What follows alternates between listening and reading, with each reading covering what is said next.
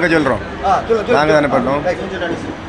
நாங்கள் வந்து ஜனவரி மாதம் 28ஆம் தேதி மதியானம் 1:30 மணிக்கு அங்கேருந்து கிளம்பணும் குவைத்திலேருந்து. சரியா? பிப்ரவரி 6ஆம் தேதி இங்கே வந்து சேர்ந்துட்டோம். சேர்ந்ததுக்கு அப்புறமா நாங்கள் தான் சரண்டர் ஆனோம். எங்களை போலீஸ் ஸ்டேஷன் கொண்டு போயிட்டாங்க. போலீஸ் ஸ்டேஷன் கொண்டு போனதும் அங்கே யாரை காண்டாக்ட் பண்ணணும் என்ன பண்ணணும்னு எங்களுக்கு தெரியாது. அதுக்கப்புறம் மாரியண்ணன் வந்திருக்காரு எங்களுக்காக. மாரியண்ணன் எங்களுக்காக வந்திருக்காரு. அது சார் தான் சொல்லி மாரியண்ணன் எங்களுக்காக வந்திருக்காரு. வேறு யாரும் எங்களை வந்து பார்க்கவும் இல்லை, எதுவும் பண்ணவும் இல்லை.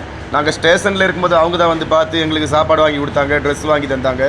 வீட்டுக்கும் எங்களை ஒரு சில வார்த்தைகள் பேச வச்சாங்க. வேறு யாருமே முன் வரல.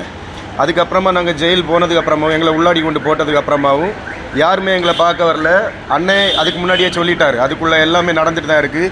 சார் எல்லாத்துக்கும் முயற்சி எடுத்துகிட்டு இருக்காரு. கண்டிப்பாக வெளியே கொண்டு வந்துடுவாங்க, ஒன்றும் பயப்பட வேண்டாம். இத்தனை நாளில் நீங்கள் வெளியே வந்துடுவீங்க, மேக்ஸிமம் ஒரு வாரத்துக்குள்ளாடி நீங்கள் வெளியே வந்துடுவீங்கன்னு சொல்லி தான் எங்களை உள்ளாடி விட்டாங்க.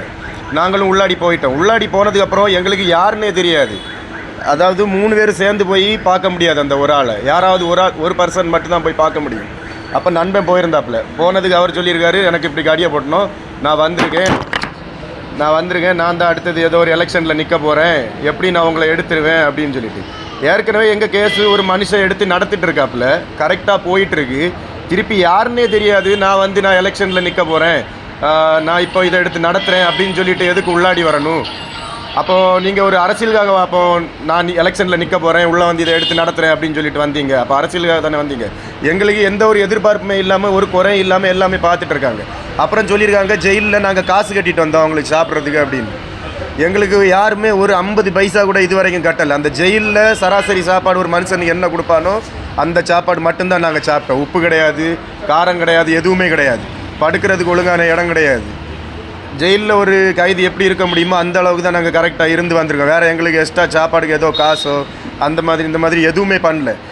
ஃபஸ்ட்டு ஸ்டார்டிங்லேருந்து லாஸ்ட் வரைக்கும் எங்களுக்கு உறுதுணையாக நின்னது சாரும் மாரியண்ணன் தான். வேறு அவங்க கூட சார்ந்தவங்க தான், வேறு யாருமே இல்லை.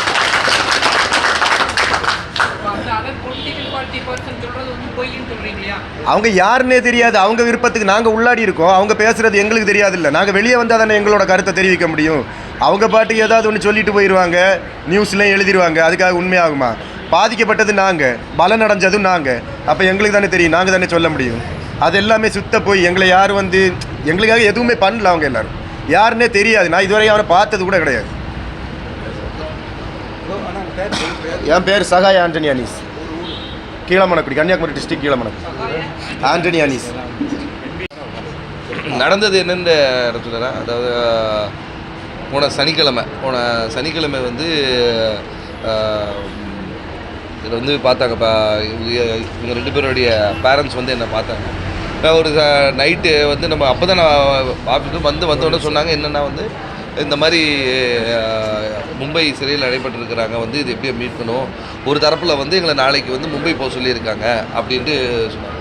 உடனே நான் என்ன சொன்னேன், இருக்க நம்ம முடிஞ்ச இதை யாராவது கேட்டு பார்ப்போம். நம்மளுடைய நண்பர் ஒருத்தர் கிடச்சி, அவர் வந்து பொறுப்பில் இருக்கிற கிடச்சி, அவர் மூலிமா ஒரு போலீஸ் அதிகாரி கிடச்சி இவங்க சேஃபாக இருக்கிறாங்க முதல் கன்ஃபார்ம் பண்ணிவிட்டு மண்டே பெயில் கிடச்சிரும் அப்படின்னோடனே நீ ஊருக்கு போகிறது உங்களுடைய விருப்பம், வேணா மண்டே பெயில் கிடச்சிருன்ற ஒரு நம்பிக்கை கொடுத்தோம்.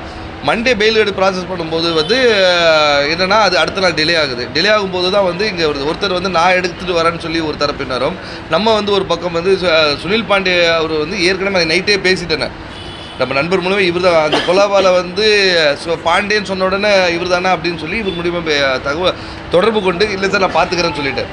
இது நடந்துகிட்ருக்கு. அடுத்த நாள் வந்து எதிர் தரப்புலேருந்து விவாதத்துக்கு வரதுனால அது தள்ளி போகுது. ஆனால் இப்போ வந்து அவர்கள் பரது வந்து ஏதோ நம்ம வந்து இடையூறாக இருந்து நம்ம வந்து தள்ளி வைத்த மாதிரி இது சொல்கிறாங்க. ஆனால் நடந்தது என்னென்னா வந்து கோர்ட் ப்ரொசீடிங்ஸை நம்ம ஃபாலோ பண்ணிகிட்டு இருந்தோம். ஒரு தரப்பில் வந்து அவங்களால வந்து அதை மீட் பண்ண முடியலன்னு சுனில் பாண்டே அவர்களே வந்து கான்டாக்ட் பண்ணி நாங்கள் எல்லாமே டேக் ஓவர் பண்ணிக்கிறோம், இனி எங்களை வந்து நாங்கள் பார்த்துக்குறோம் அப்படின்ட்டு ஒரு சொல்லியிருக்காங்க. இப்போ அவர் என்ன பேசும்போது நான் சொன்னேன், நீங்கள் இதை பற்றி கவலை பண்ணி நீங்கள் பாட்டு வாதாடுங்க, எதுவாக இருந்தாலும் நான் பார்த்துக்கிறேன்னு சொன்னோம். கடவுளோட இதுலேயும் சரி வந்து ஜுடிஷியல் சிஸ்டம் படியும் சரி கரெக்டாக இவங்க இருந்ததுனாலையும் அதை நம்ம லாபடியும் வந்து கரெக்டாக வந்து அந்த நேரத்தில் உரிய இதை கட்டி நம்ம இதை கொண்டு வந்துருந்தோம். அதுக்குள்ளே வந்து எந்த ஒரு தவறுகளும் நடந்துடக்கூடாதுன்றதுக்காக வந்து இப்போ கூட வந்து இவங்க ஃப்ளைட் ஏறுற வரைக்கும் அவங்கள அங்கே ஜெயிலேருந்து வந்து ஃப்ளைட் ஏறி இங்கே இறங்குற வரைக்கும் வந்து அவங்க பேரண்ட்ஸ் கூட தெரியாது.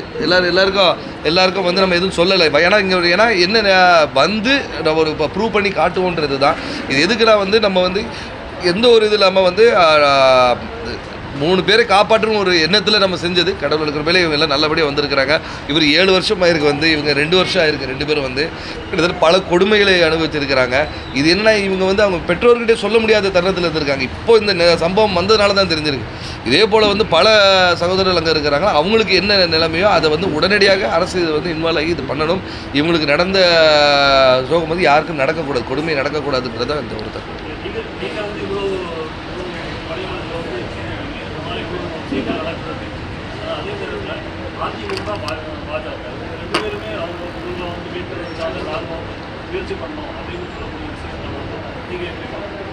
இல்லை இப்போது அதாவது முயற்சி செய்கிறார்கள் என்றது நம்ம இல்லை, ஏன்னா எல்லாருமே தரப்பில் பண்ணியிருக்காங்க. ஆனால் உண்மையிலே அந்த இடத்துல என்ன முயற்சி எடுத்தா நம்ம பார்த்து இப்போ ஒரு ஃபிக்ஸ் பண்ணி ஒரு தாரம் நடந்துட்டு இருக்கிறத வந்து நீங்கள் திருப்பி கைப்பற்றுறது முயற்சி இல்லையா?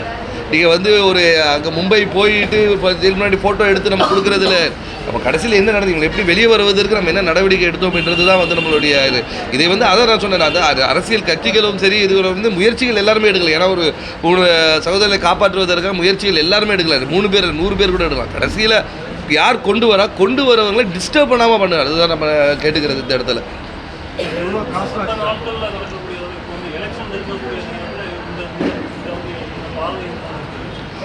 கண்டிப்பாக வந்து இது வந்து அவர் சைடில் பார்த்தா எலெக்ஷனை நோக்கி மட்டுமே தான் நான் சொல்லுவேன். ஏன்னா வந்து கிட்டத்தட்ட வந்து நம்ம இவங்க 3 பேர் மட்டுமல்ல பல நாடுகளில் வந்து நம்மளுடைய சகோதரர்கள் வந்து பல இல்லல்களை சந்தித்து வருகிறார்கள். அது வந்து அப்போல்லாம் யாரும் இருக்கவில்லை.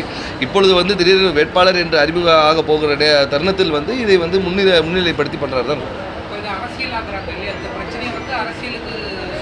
இது அரசியலுக்கு சாதகமாக ஆக்குறாங்கன்னு சொல்ல சாதகமாக்குறாங்கன்னு சொல்லுது. அரசியலாக்கணும்னு சொல்லி சாதகமாக்கணும்னு சொல்லுது சார். அது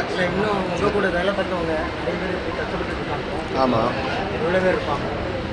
என்ன சொல்ல, நாங்கள் இருக்கிற ஏரியாவில் வந்து ஒரு 400-500 பேர் நம்ம கன்னியாகுமரி மாவட்டத்தை சேர்ந்த மீனவர்கள் தான் இருக்கோம். இப்போ நம்ம தமிழ்நாட்டு கவர்மெண்ட் அங்கே போய் இங்கேருந்து யாரெல்லாம் இந்தியாவுக்கு வர ஆசைப்படுறீங்க அப்படின்னு கேட்டால் அந்த போட்டோட கேப்டன் சொல்லிட்டு ஒரு பர்சன் இருப்பாங்க. அவங்கள தவிர மிச்சம் எல்லாருமே நாங்கள் இந்தியா வரோன்னு தான் சொல்லுவாங்க. நம்பர் எல்லாம் ஏற்றி சொல்ல முடியாது, போய் நேரில் பார்த்தா உங்களுக்கே புரிஞ்சிடும். ஆமாம் என்ன கொடுமைனா, இப்போ இந்தியாவில் நான் உங்கள் வீட்டில் வேலைக்கு வரேன்னு வைங்க, வேலைக்கு வரேன், எனக்கு நீங்கள் ஒழுங்காக சம்பளம் தரல, நான் நிற்க மாட்டேன், உங்களை மதிக்கவும் மாட்டேன். எழும்பி நீ இல்லைன்னா என்ன வேறு வேலைக்கு போகிறேன்னு சொல்லிட்டு வேறு வேலைக்கு போயிடுவேன். கல்ஃப் கண்ட்ரியில் அப்படி கிடையாது. என் பாஸ்போர்ட் என் கஃபீல் கிட்ட தான் இருக்கும், என்னோட மொத்த ஐடி அவங்ககிட்ட தான் இருக்கும். அவன் நினச்சா தான் நான் இன்னொரு இடத்துக்கு வேலைக்கு போக முடியும். அவன் இப்போ நான் வேலைக்கு போகிறேன், எனக்கு சேலரி தரலன்னா நான் எதுவுமே பண்ண முடியாது. சரி சேலரி தான் தரல, சாப்பாடுக்காவது நம்ம வேலையை நம்ம கரெக்டாக பார்த்துட்டு போவோம் அப்படின்னு சொல்லிட்டு தான் கதை பண்ணுறோம். ஊருக்கு வரணும்னு நினச்சாலும் வர முடியாது, பாஸ்போர்ட் அவங்ககிட்ட இருக்கும். பாஸ்போர்ட் தந்தால் தான் நான் ஊருக்கு வர முடியும். அப்படி இல்லாமல் எந்த விஷயமும் நாங்கள் பண்ண முடியாது. வேறு என்ன பண்ண இந்த